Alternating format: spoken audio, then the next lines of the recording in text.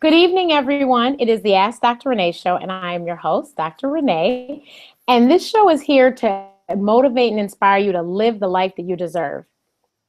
Today's guest, I think, has an amazing story because of the fact, one, she's so young and she is really killing it in the game. But if you have not seen prior episodes, some of our past guests have been of publicists, like our guest tonight, Paul Carrick Brunson, the modern day Hitch.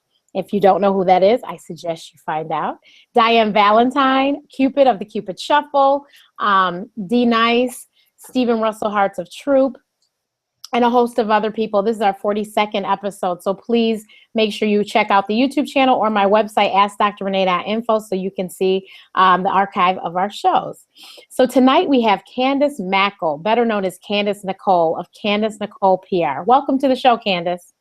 Thank you so much for having me, Renee. So Candice, it's so funny. So I have to start off with Candice and I have never met actually in person, but we have been following each other on social media, it seems like for years. I think it was since like at least the second inauguration, if not before that. It might be. Probably. It might be before that, right? Yeah, I want to say, I think that's when I got on Twitter was 2008. Right. I think so. So yeah. I've been watching her.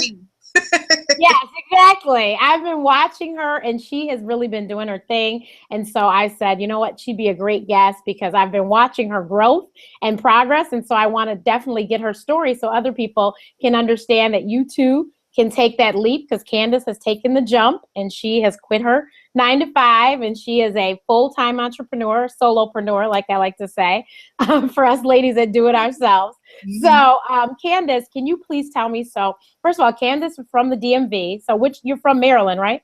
Yes, I'm in Maryland. Okay. So when you were up, where you grew up?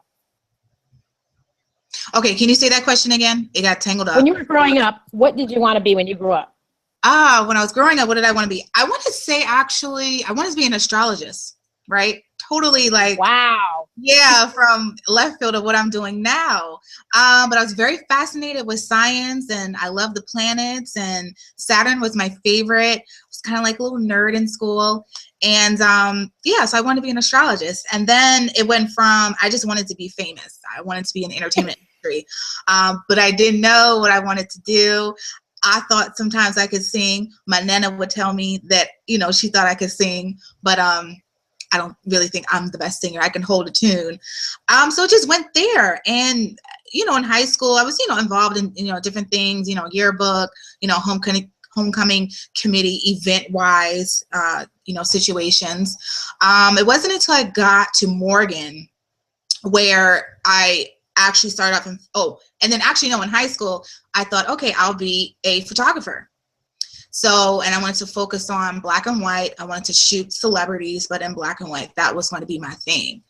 Too many art classes that I had to take in fine arts, being in that major. I love the arts, but all that drawing just wasn't for me. I'd rather pay someone else to do it. So I went back to my catalog, and I said, okay, communications, and we're going to do public relations because I could do that in different industries. And here we are. I went from science to entertainment to still in entertainment, but more on the creative side to entertainment. So what school did you go to? What college? Morgan State University. Okay, HBCU. Yes. So now most people say, oh, you should be a publicist. You should be a publicist. I'm like, I don't even know what that is. And I didn't know any personally, nor did I even once I became a publicist is when I learned of the Marvette Brito's and, Robin Beeman's and all these big publicists. I didn't know these names though before that. So you chose public relations out of the catalog. How did you know, did you have any idea really what it was, or guide you? At the time, no. It's just, I just knew I had to deal with the public. Speaking a lot, making things happen. And then, of course, when I started to take my different courses, PR 101 and just everything else, dealing with campaigns, internship class, and other, little classes that we had to take for the major, where I was like, okay, yeah, this is what I want to do with the pitching and making things happen, being behind the scenes. I very much love seeing that come together. Where it's like all the hustle and bustle, and then at the end I'm like, okay, it was worth it. It was worth me just having like 2 hours of sleep the night before, but this amazing event, you know, just happened, and everybody's like, right. oh, you did such an amazing job, and I'm like, thank you, and I'm thinking in my head, I cannot wait to get home in the bed to rest myself. But yeah, so in the beginning I did not know, but I knew enough that I could use this in various different industries. And with broadcast journalism, nothing wrong with it, but I just looked at that. I had to do something that was broadcasting. I couldn't take that to a lot of different things. At the time, that's what I was thinking. Now it's different. But with public relations, I said, well, I can do it political field. It'll be called, you know, public affairs. I could do it in hospitality, entertainment, sports, technology, you name it. They have a, you know, a PR department. So that is true. That is true. So, so you graduated from college with this degree. What was the first job out of school, or did you do internships while you were in school? Yes, I did do internships. I interned with Minority Wealth magazine. I have no idea if they are around anymore. Still in existence. I interned at WEAA 88.9. Of course, that's the radio station at Morgan State's campus. And then my final internship was with Von Dutch Originals in LA. I was determined before I graduated school to have an internship in LA. I wanted to go to the West Coast, and that's what I did. So I actually stayed like an extra semester. Hey. Yeah, and graduated May 2007 when I should have, you know, so I was kind of like, I guess, another 2 semesters or whatever. But I actually finished, no, I think it was the extra one. I actually finished December 06, but of course we didn't have a winter graduation at the time, which they do now at Morgan. So that's why I had to wait like an entire other semester to graduate. So yeah. Okay, well, you do what you got to do. So I'm sure that experience was very helpful. It was, and just LA is just a different scene. It's a different scene. I wanted to get that under my belt, and still to this day, even though that was in 06, when people hear that, they're like, wow, you lived in LA and you worked there. I did. And I did a lot of cold calling, and that's even to this day, I talk about you should get on the phone and call people.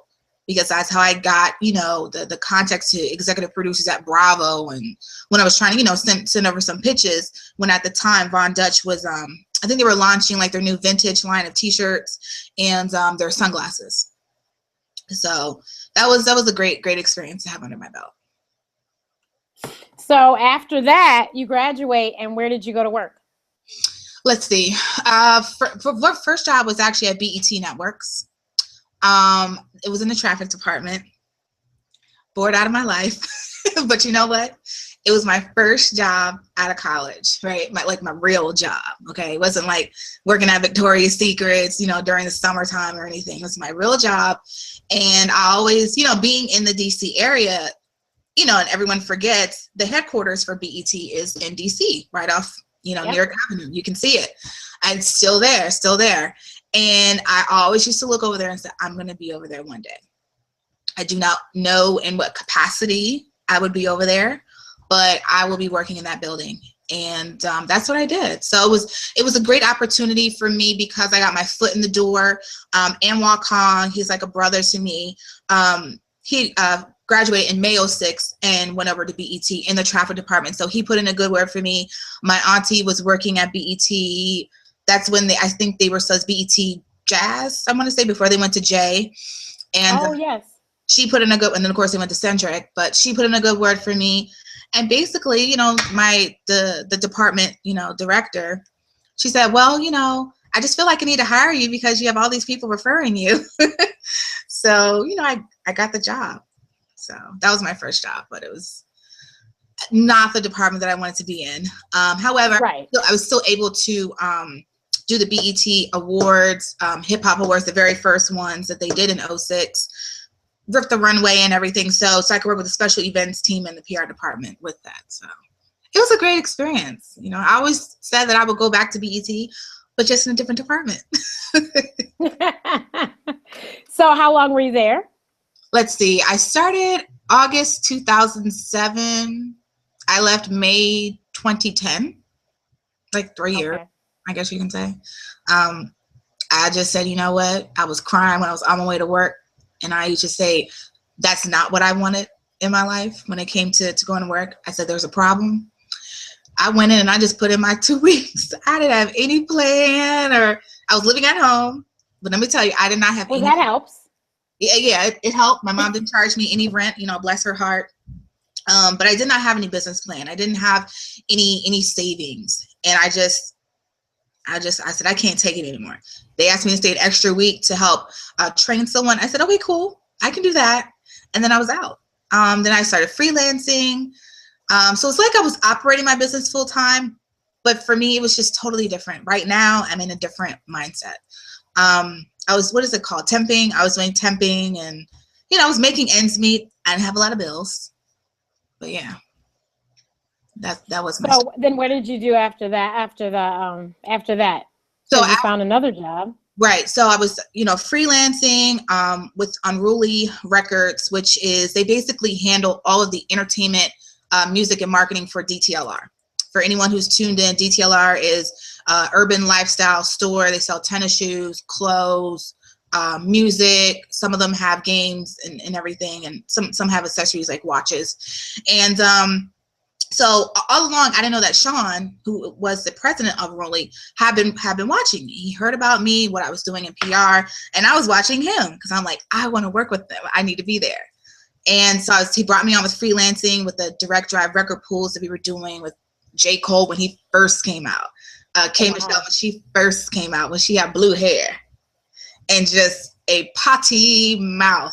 I mean, super bad, right? Because I'm like, she's so pretty and has an amazing voice, but be quiet, right? I mean, Saigon. It was a lot of different people that we had that we did events with, and then like I said, temping, and then those 2 years are a blur because I made my ends meet, because then June 2012, that's when he brought me on full time. So okay.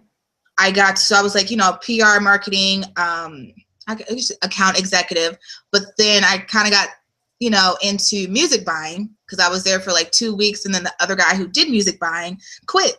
So I was the new body, and so I got into music buying, which has been a phenomenal experience. You have to learn to keep your ear to the street, learn the buying methods of individuals in the community, and you really literally have to guess that, okay, the new R. Kelly is coming out. He released 3 years ago. Let's go back to those numbers.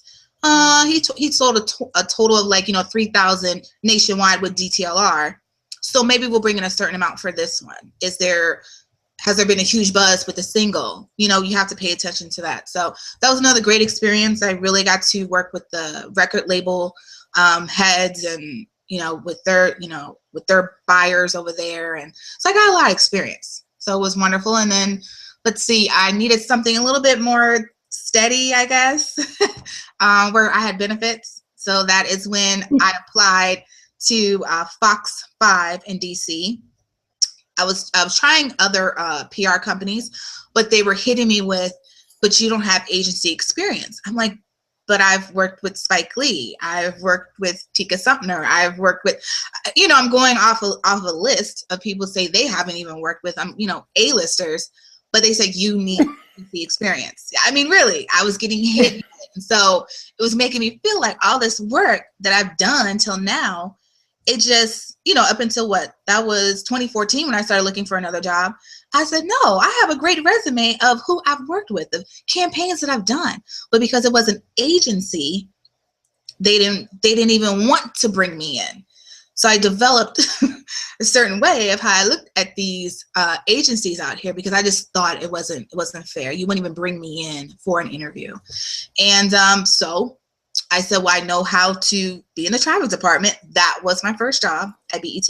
So I applied to a job at Fox, and of course got the job because I've already done it before. A month in, I was like, oh my goodness, why did I do this to myself?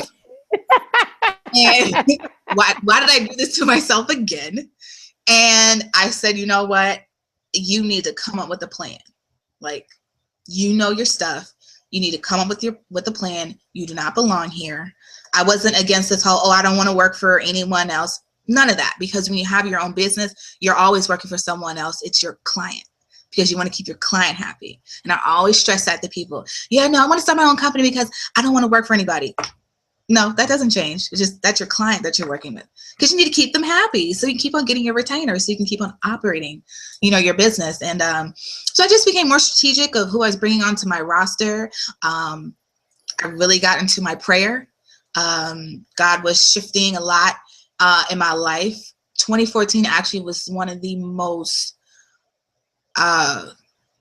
riveting, mind-blowing years for me. And I pray I will never have a year like that. It was just seemed like blow after blow. I wasn't happy with my job. Things were going on in my personal life. And I was just like, 30 years old. And I was like, what in the world?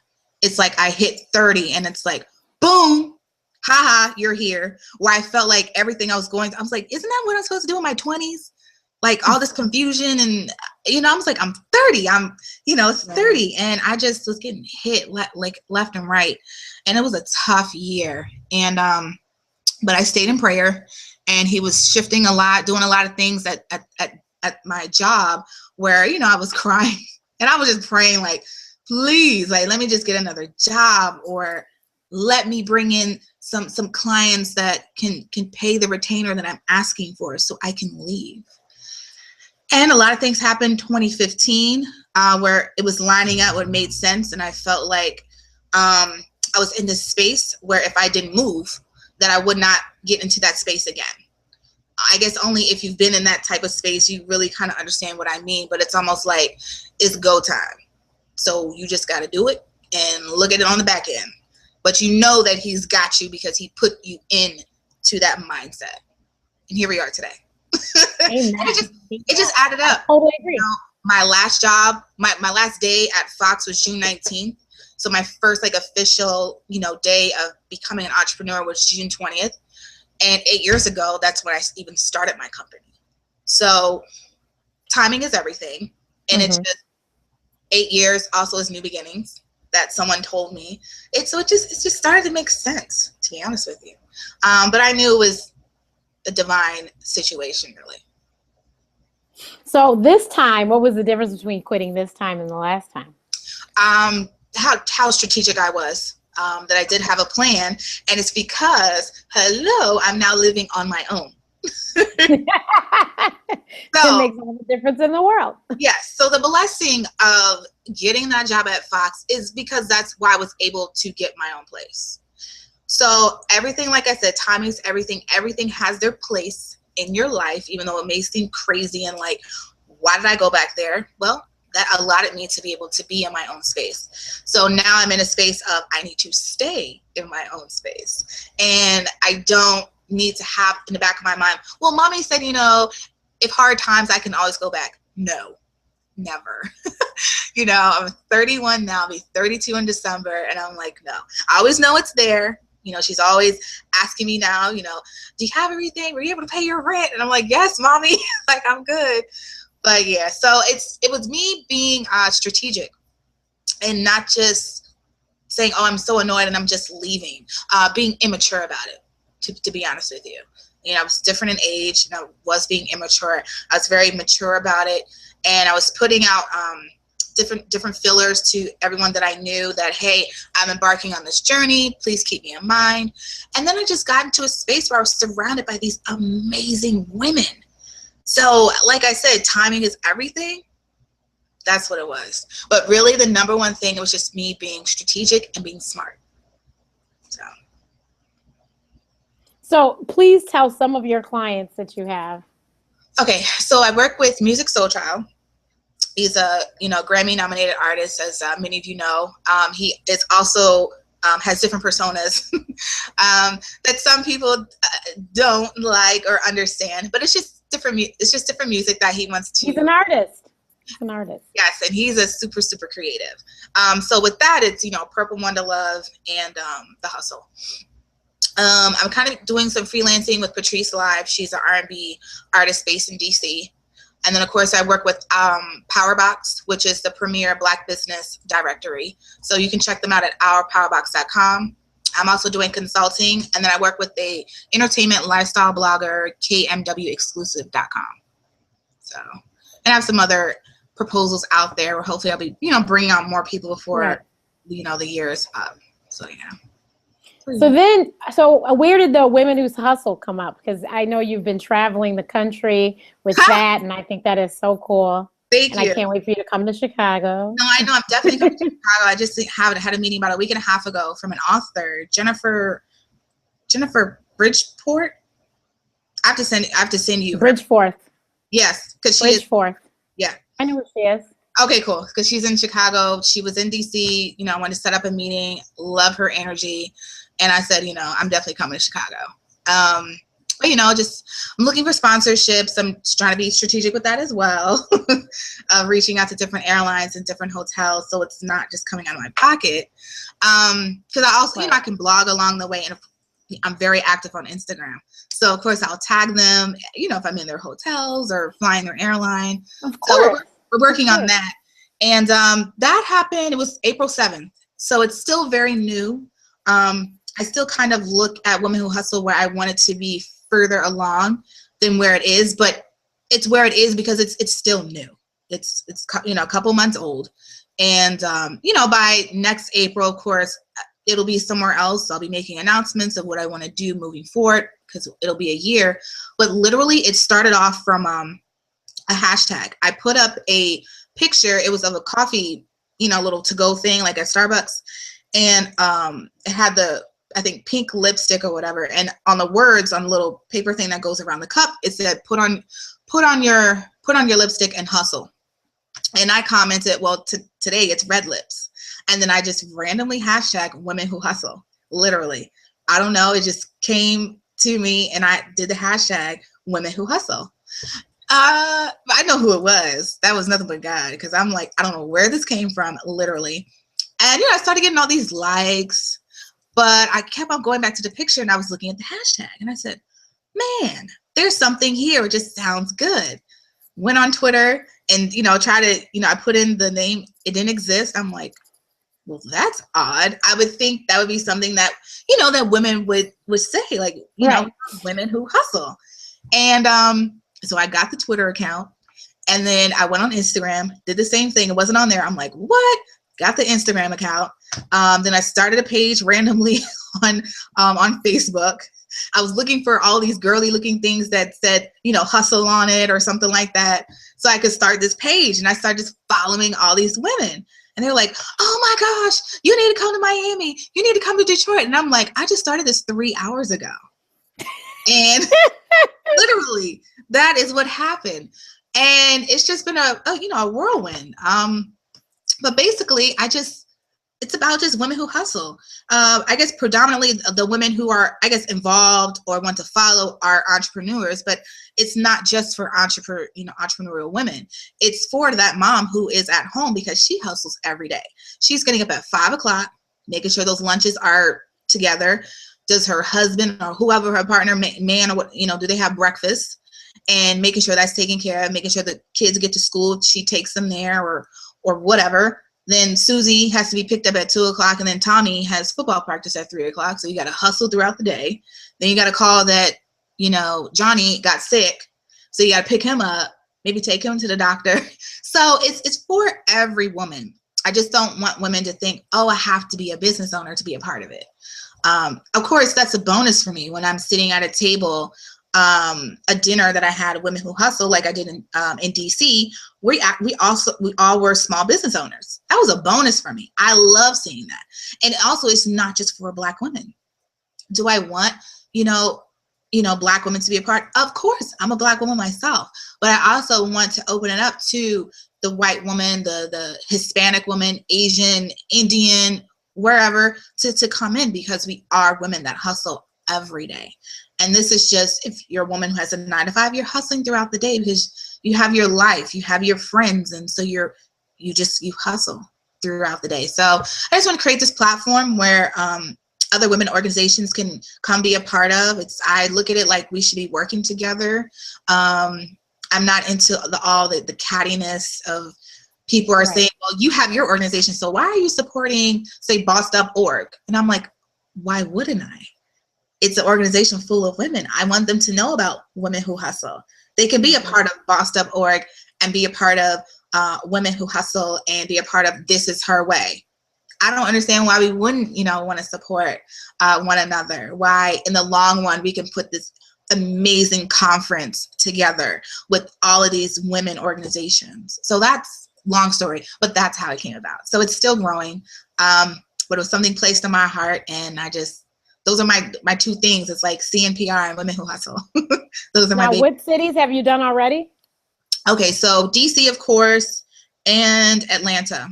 Yeah, just DC and Atlanta. I'm planning a dinner in November that will happen in Baltimore.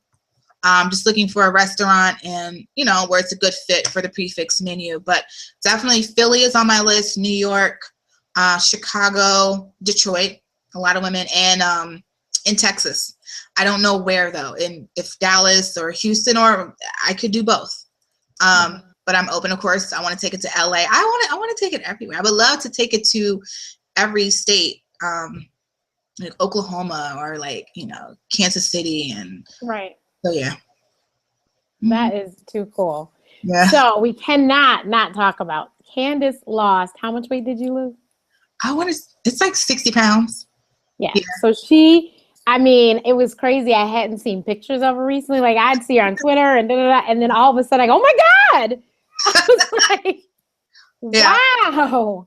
I said, wow, that is so. You have to tell us, though, how did you do that? And was weight something that you always had a problem with, or were you just one of those freshmen, 15, 30, like some of us are? I've always had a weight issue. To be honest with you, I didn't think I had a weight problem. I was always, pretty popular. And I didn't just have like my clique.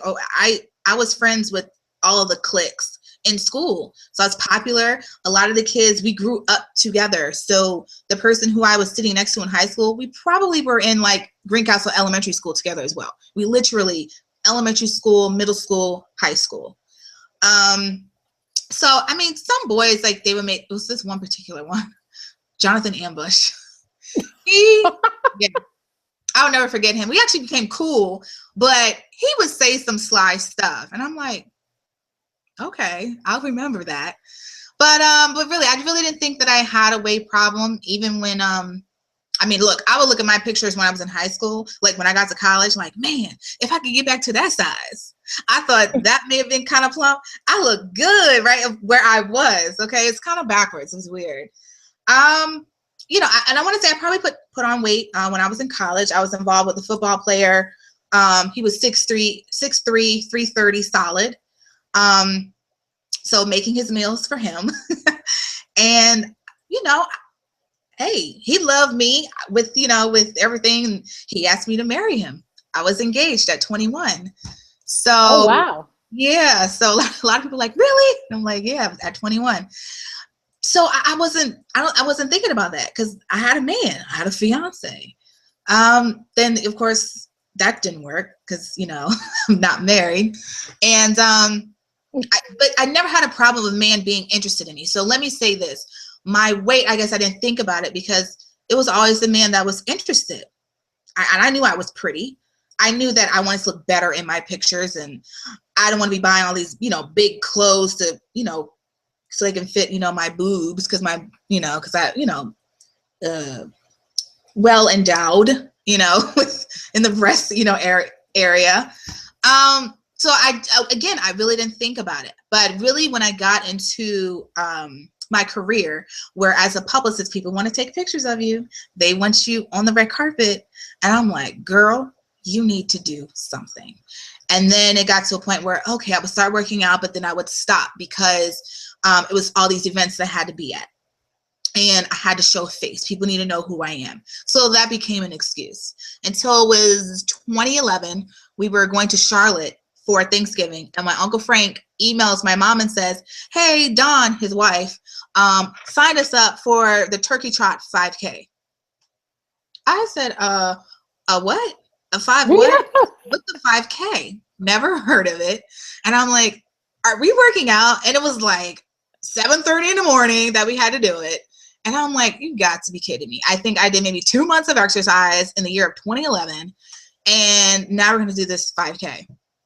But we did it, and I felt very rejuvenated. And I said, okay, I need to start, because my feet were hurting. You know, I just felt like a big old, you know, pig, you know, this slob or whatever. But I did feel good about myself that I completed this 5K. And I got home that night, and that night, the next day I woke up and I said, Mommy, I'm not going to make any excuses. I'm signing up for Fat Body Factory, which is owned by Deanna Jefferson. You probably heard of her now. She's a celebrity Nike trainer. She's everywhere. And at the time, she was dating Anwar Kong, which you guys just heard in the conversation. We went to Morgan State University and we're working at BET. They were dating, and he was trying to, you know, introduce me to his new girlfriend, and she's, you know, this fitness, you know, thing, and blah, blah, blah. And I'm like, okay, yeah, cool. Okay, I'll check out her workouts sometimes. Boot camp, okay, great. You know, sometimes I'll take my girlfriends and I. But I went my first month. So that was what, like December, I want to say. I lost like 8.3 pounds. And I was like, oh, I can lose, right? I can lose. And they offered me free training because they saw how determined I was. And oh, wow. So all of like 2012, you know, just losing it. But I didn't want to lose it really fast. I sometimes now I feel like I probably should, by now I should have lost over 100 pounds, right? But it's more important to me that I kept it off, rather than like hurrying up and getting all this weight off of me. And that's what I did. Now, like I said, 2014, now that takes me into like, you know, 2014 and everything. That was a very tough year for me. I did put on some weight. I might have put on like 10, maybe like 5 to 8 like pounds, like give or take. But I've really kind of maintained, like right now I'm at 201. I'm not afraid to talk about my number. And I said, okay, I'm 2 pounds away from getting back into my 190s where I was. And once I do that, I'm going to stay there. So it's just about discipline and not making excuses. It really is about your eating and, of course, the working out portion. But really, as they say, abs are made in the kitchen. They are, because it's really about, it's not, they're just saying that it really boils down to what you're eating, because you can go a whole week of not working out and cutting out carbs, okay, and you are going to see a difference in your body. So it's nothing to do, just working out help you tone it more. But that's just like people who juice. It's really not smart to be juicing like that and then like doing a super cardio. You'll pass out because you'll have all these calories, you know, and carbs in your body, right? So they usually don't work out, and they're losing like 10 pounds that week. So it's really not about that. It just helps boost everything, the workout portion, but it's really about what you're eating. So, you know, this coming week, I'm going to be getting some more vegetables, because I have in my mind this new number that I need to get to before the month is over. So it's all about, you know, if anyone is on here that wants to lose weight, really, you have to do it for yourself. Okay. Have a doctor sitting in front of you telling you, you are on the borderline of diabetes, high blood pressure, and you already have high cholesterol, and this is going to happen within 3 months. Okay. But if that person does not connect, if they don't want to, it doesn't matter. At the time, they're probably like, oh, really? Oh, man. Okay. I need to change that. But they have to want to do it for themselves. Okay. I've seen it all the time. I want to do this. I want to do that. I'm like, but who are you doing it for? You have to want to do it for yourself, because that's what's going to get you up in the morning. That's what's going to have you sign up for these different classes. Try cycling, do your 2-a-days, which will wipe you out, but it'll shock your body. So you need to do it. That is what's going to keep you going on your plan. So that's my story. And you cooked your own food and stuff, right? You didn't have any kind of services or anything, right? Yeah, no. The only thing that I've done before is plated. And actually, you know, I like that because I like to cook, and they send you all the ingredients. So I remember one time I was making these Asian zing or wings or whatever. I'm not going to have 5 spice sitting in my house and all these random right, like ingredients. So they send you everything. So that's what I liked about that. But as far as like any diet stuff, no, it was me working out and for a while when I was first starting to lose the weight of cutting out alcohol altogether. Yeah, but I like my wine, but I may do a month of this, not doing that either. But I haven't done anything else like, diet wise or whatever, but plated is good. I know some people use Blue Apron. And that will help you with your portion control as well. Portion does have to do with it. If you like Chipotle, I'm not telling you to stop eating Chipotle, but just half it. And maybe choose brown rice instead of the white rice. I will tell you that, and I'm still trying to get my Chipotle endorsement. If you're watching, so I did the Diet Bet. Are you familiar with dietbet.com, the app? Mm-hmm. Okay, so Diet Bet, you actually you bet that you're going to lose a certain amount of weight. Really? So within 4 weeks, you had to lose 10%. Don't quote me. I can't remember what the percentage was, but you have to lose a certain percent. And so I did Jillian Michaels. I think it might have been her first Diet Bet she did on there. So of course, it was a ton of people. Right. So all that money goes in the pool, and everyone that loses divides that money. And they have very intricate rules about how you weigh in, because you have to obviously take pictures of the scale and send them through the app. Right. But they have all these rules so that it's not forgery and it's really true and all this stuff. It was so deep. But I've done, I think, 2 Diet Bets, and that was the first one I did. And so I did it, and I had been working with a trainer in New York. He's my cousin's cousin, so we're darn near related. And he's a celebrity trainer. And so he was sending me meal plans and exercise, to do. So he had sent me these meal plans, and I had been going and going and going. And then what he sent was to have a tortilla, certain amount of protein, brown rice, blah, blah. And I'm like, and I had never eaten Chipotle. Candice, I was completely, my sister's like, I don't know what was wrong with you, but I had never really eaten it. This was 2013. So, Chipotle had been out for a minute. It's been out, yes. And I had been to meetings where they ordered Chipotle, and somehow I just never, I don't know, maybe they didn't order what I would have ate, but I never got hooked. So the Chipotle was close to the office that I was working out of. And so I said, I should go to Chipotle and get the brown rice, get my beans, get my steak, and just that'll be my thing. And then he had me drinking this protein shake, so I would drink that. And then, of course, I drink 3 liters of water a day at the minimum. And then I would make sure I got at least 10,000 steps, if not more, every day. So mind you, half of it was, not half of it, but a quarter of it probably was me walking back and forth to Chipotle. Right. I went every day for, I think, 24 days. Girl, I lost, for a month, I think it was. 4 weeks, I think, is what the Diet Bets are. 4 weeks, I lost 24 pounds. I lied not to. Chipotle every day. I vlogged about it. Look, I vlogged about it. It's on Ask Dr. Renee on my YouTube channel. And I think I did one vlog every maybe once a week or something. I would do a vlog, but yeah. So I'm all for Chipotle. Well, that's the thing. Some people look at it, but depends on what you put in your bowl. Exactly. And I don't get anything else. So after the brown rice, the black beans, and steak, and the vegetables, that's it. I don't get no guac, no sour cream, nothing. And that's where people would have been like, well, there you lost me. Yeah. Because I need my sour cream and I need the guacamole. I've been in lines where they'll get double meat. No, excuse me. They need double rice. They need double meat. And I'm like, are you eating this for the entire? I mean, seriously. I'm like, I know they're charging you extra for this stuff. Double meat, all this sour cream and all the sauces. And I'm like, that's like 2,000 calories, like in that one, tube, little bowl that they have. But yeah, it all depends on what you get. The same as, with Subway. Be modest. Right. And and I don't know if you agree with this, but I think it's really big for you to document what you're eating. Did you do that as well?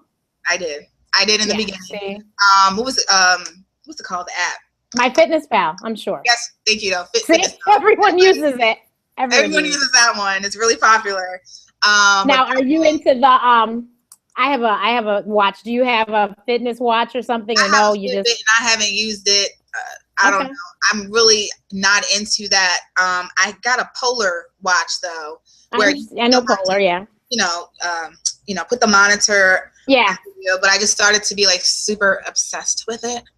And I'm like, okay, I have cardio kickboxing and I hit 600. I want to hit 700 by the end of the week. So I'm like losing my mind. And so I became obsessed with it. So I kind of stopped, working with that. But I probably need to again. And it's because it will keep me, focused and challenging of myself when I'm doing my workouts, because I very much am an individual that's like, okay, so I did 100 today. We're going to do 150 today.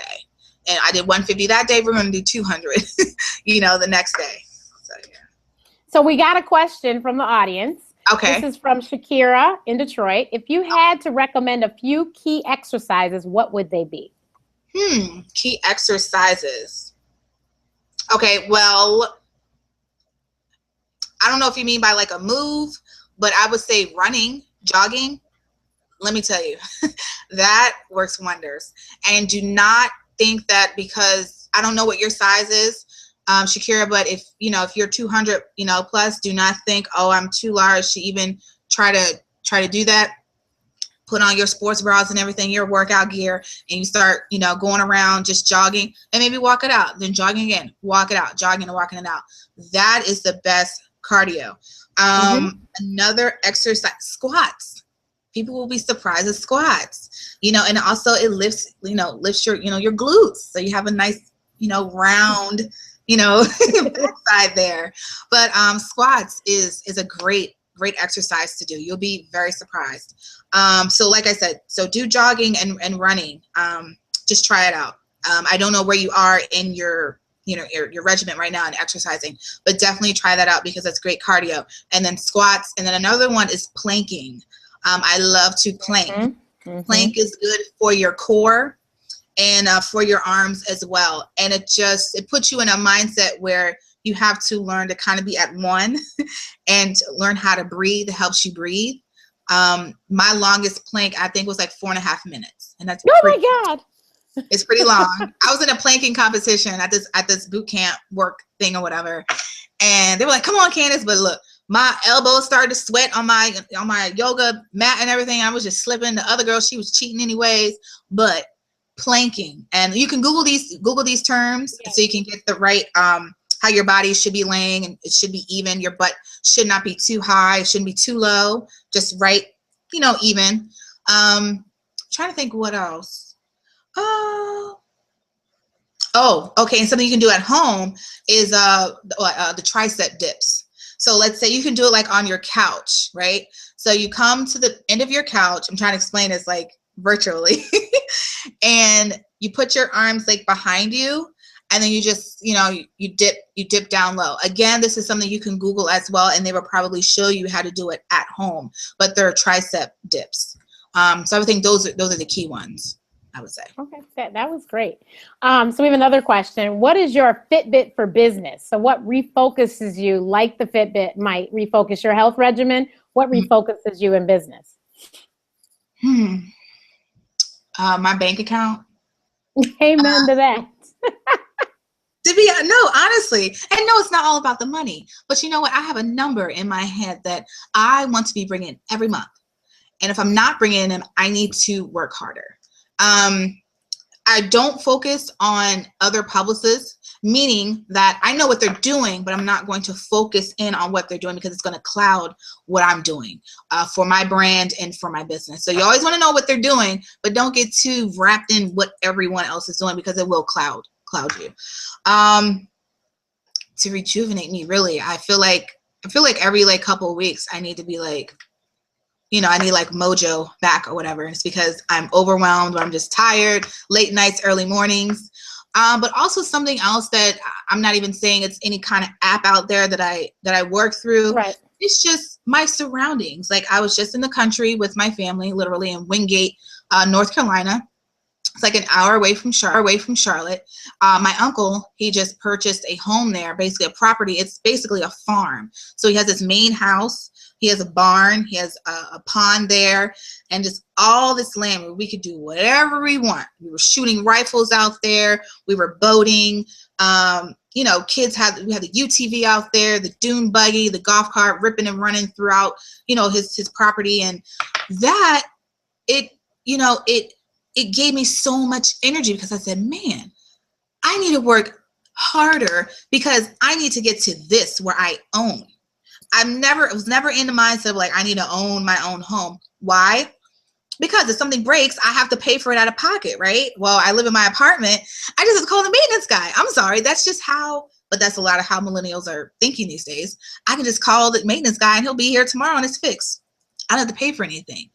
But being down in the country, it gave me that much push of what I need to work on changing in my business, of what clients that I am attracting, because I want to bring in the clients that will pay the retainer fee and more, can pay more, so I can work on, you know, building my account, my bank account, my savings account. So in a couple of years, I can buy some property as well. And it's just phenomenal. I was asking him, so, oh, can you do this? And he's looking at me like, of course I can do this. This is my property. He can do whatever he wants to do. So I look at my everyday surroundings, something that is going to like rejuvenate, you know, myself. And then I also keep in mind of what I've always said that I wanted for myself. So is me going to this event, is that going to help me, progress in my business, when I could be at home working on a proposal or pushing out on Instagram that I'm looking to bring in more clients? It's going to be a waste of my time. So I look at that as well, as being more strategic. So hopefully that answers your question. So what do you have? What tip do you have? As a matter of fact, I had a young lady that called me that's majoring in public relations, and she's in college in Texas. She called me on Friday, and she actually found me on LinkedIn. And so what tip do you have? Like, she asked me point blank, how do you get started? What tip would you have for her? Okay, in college is interning. I would say start with interning. And you have to make a decision if you even want to own your own PR company. So it's not for everybody. It's not for everybody. No, it's not. It's a hustle. So don't feel less of an individual if you don't have your own PR company. You go work for, I don't know, Ogilvy PR, and you be the best account executive that they have with those various huge accounts, $1 billion accounts that they have. But if you're an individual that you think, that you want to go in the way of becoming an entrepreneur, having your own business, you need to make sure that you're the right fit for it. It's a daily hustle, let me tell you, because at any given time, a client could say, hey, you know, whatever happened and my budget changed. Okay, well, my bills haven't. But of course, you don't say that to them. Right. This is what you say in your head, right? And you have to say, okay, I understand. You try, work it out.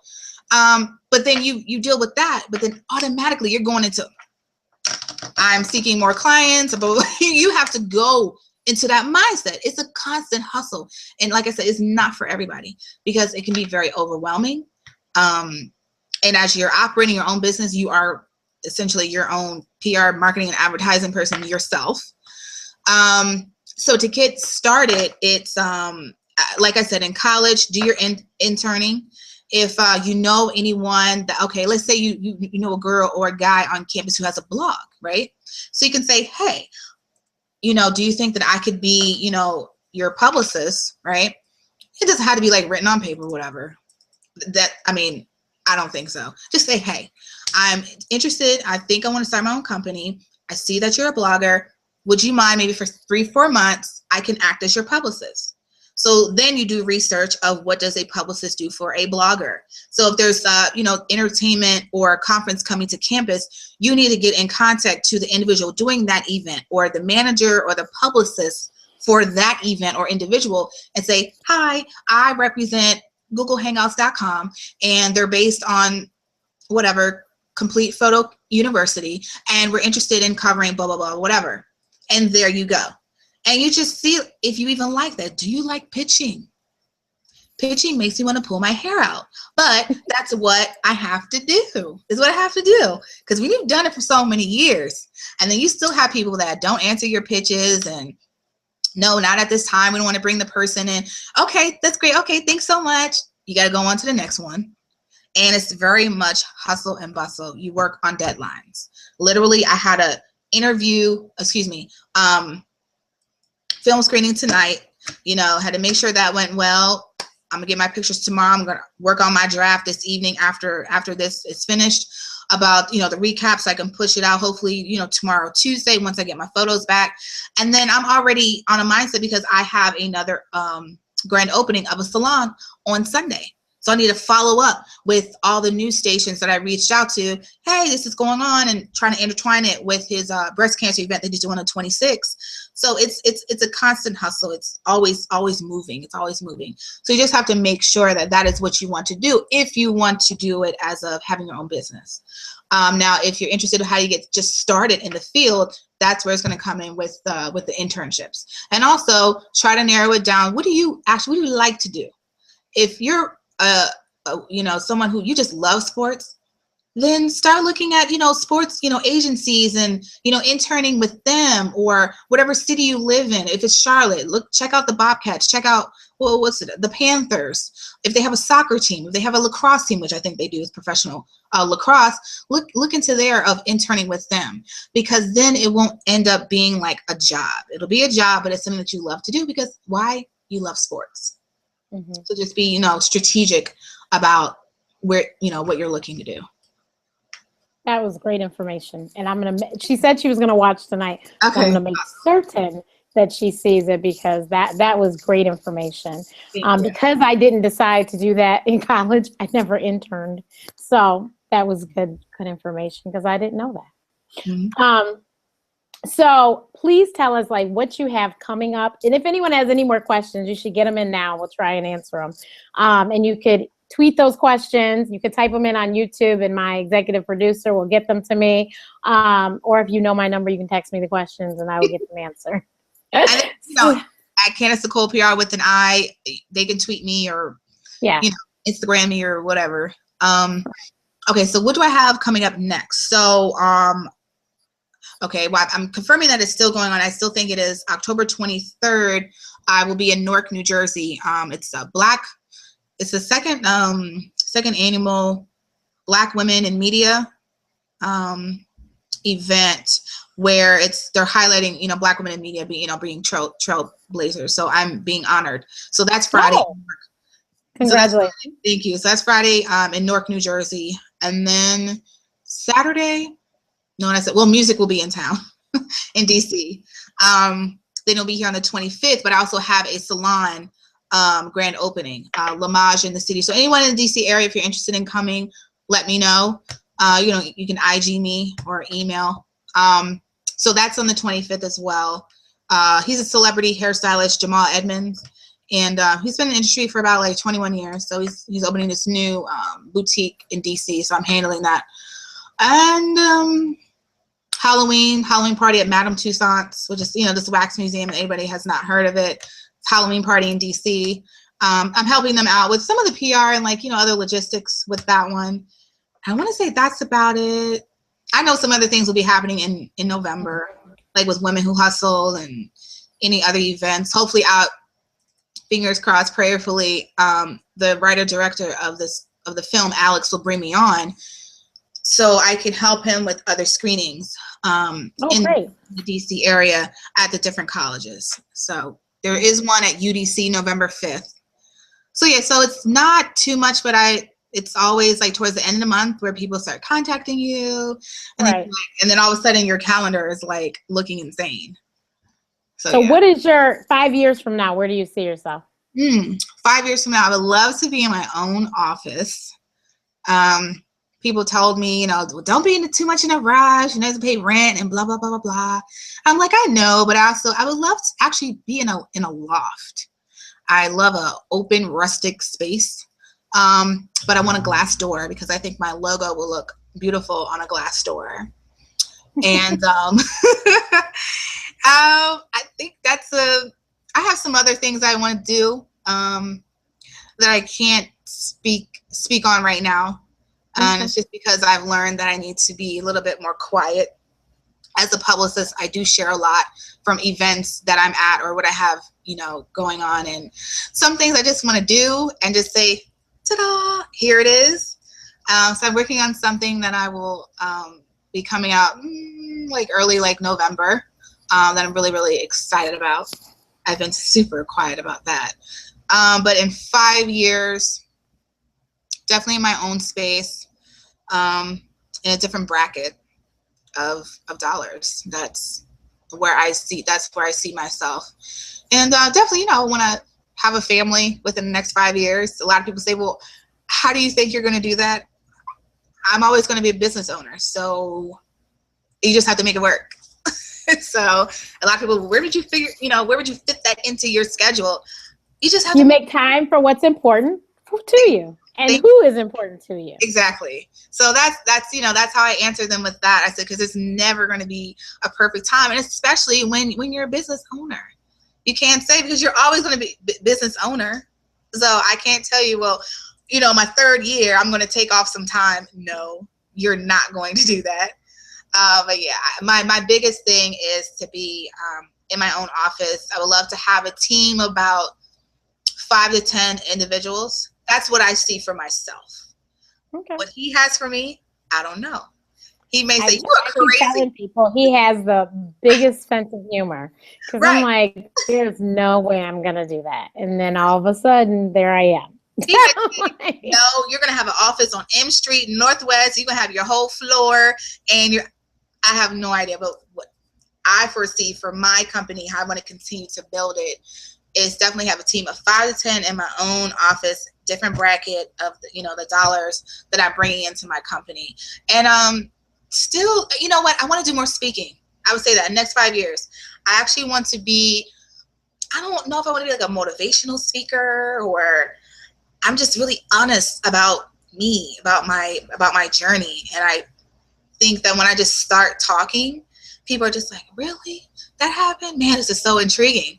And I'm like, well, I must have one of those stories, or I'm just that animated that they're tuned in. But I definitely want to speak more, and I want to pour into, especially women, that you can do any and everything that you want to do, especially young girls. As an entrepreneur, I want to speak more about entrepreneurship.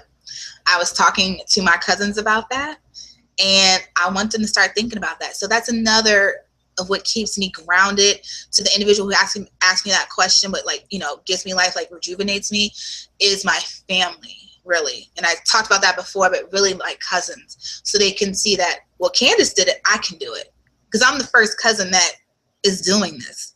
I'm kind of like the only one over here. Hey guys, I have this amazing idea. I'm going to start my own company. I'm going to be working from home, and I want them to know that it can be done. My cousin Sydney, she's 14. They have a grape tree. She's the one in North Carolina. They have a grape tree on their property. She picked the grapes, took them up, 2 miles to her neighbor, and she made grape jelly. And I'm like, no, you need to be making that grape jelly at your house. Get on Google, find a tutorial about how to make grape jelly. You can name it Sydney Marie's Jelly. Okay. We can start on your Wix, webpage tonight. I automatically was just thinking, and but hopefully, she's thinking about it too. But I'm like, you could be making extra money. Figure out if you need to, plant more grape trees out here. This is on your property. You can do whatever you want. And I said, you already know you're going to have, sales, because family's going to support you. We're going to talk about it. I'm going to tell everybody about how this grape jelly is amazing. You're my cousin. Put it on Instagram. And then they're going to be like, where can I purchase it? Boom. There you go. And there you are, bringing in money at 14 years old as a business owner. And I just think, especially young girls, but just young individuals, I'm seeing more, entrepreneurs. And I'm like, we as entrepreneurs need to continue that conversation and pour into them that, yes, you can do it. And hopefully there's an adult around there that will support you in this endeavor, because you do still need an adult involved. But yeah, that's why I also want to do more speaking. Yeah. So please tell everyone where to find you. And if Women Who Hustle has a website, make sure you let us know of that one too. And I'll put all the information in the box below. Okay, so for Candice Nicole PR, it's CandiceNicolePR.com. I am going through some rebranding, so I have not been updating a lot on that website. But that is the website. My email address is Candice@CandiceNicolePR.com. That's with an I. My Instagram, Twitter, @CandiceNicolePR, again with an I. Facebook, just search Candice Nicole Public Relations. You can like the page for Women Who Hustle, @Women Who Hustle on Twitter and Instagram and on Facebook. Very easy to find us, and it's womenwhohustle.org is the website. So yeah. Awesome sauce. Thank you so much, Candice. This was great. Thank you. Sorry that I was late. No, you're okay. You're okay. Technical difficulties happen. And I completely understand them because I've had them myself. But I had something else I'm going to ask you afterwards. But you guys, thank you so much for watching. We had lots of viewers tonight, and lots of people have been tweeting me and stuff. So thank you, everyone, for watching. And next week, we have Michelle Williams, as in Destiny's Child, Broadway actress, Aida. She was in Color Purple here in Chicago. And of course, she is a gospel artist as well, with the CD that came out last year, Say Yes. So everyone, please, please tune in next week. We will have Michelle Williams, same time, same place. If you would like to find me, you can find me on all social media platforms at Ask Dr. Renee, like it says over my shoulder here. Ask Dr. Renee. And my website is askdrrenee.info, like it says below. And email is info@askdrrenee.info. I have an app, everyone. My app is available only on Android phones. It's Ask Dr. Renee. It's a free download, and you can watch the shows and old shows from the app. You can do a bunch of stuff, read my blog, keep up with me basically via the app. So check out my app if you do have an Android phone. And I have a daily Periscope show called Renee's Remedies. It is on at 10 o'clock Central and 11 o'clock Eastern, 8 o'clock Pacific, daily on Periscope. And I'm Ask Dr. Renee on Periscope as well. But I look forward to seeing and hearing from everyone next week. Thank you so much, and have a good night.